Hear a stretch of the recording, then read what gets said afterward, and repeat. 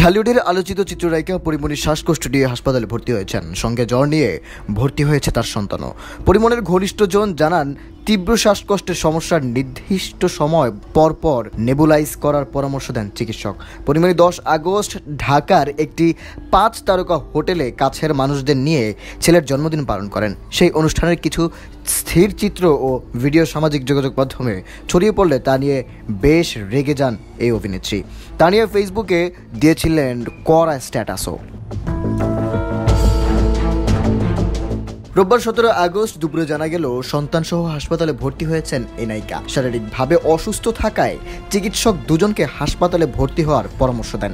শ্বাসকষ্টের সমস্যা থেকে আপাতত মুক্ত হলেও এখনও তার শরীরে প্রচণ্ড জ্বর, ব্যথা রয়েছে বলে জানা গেছে।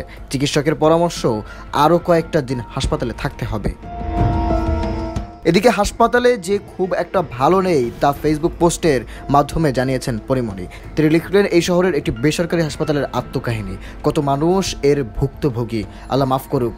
এই পোস্টের শেষে পরিমণি যুক্ত করেছেন, বিস্তারিত আসছে।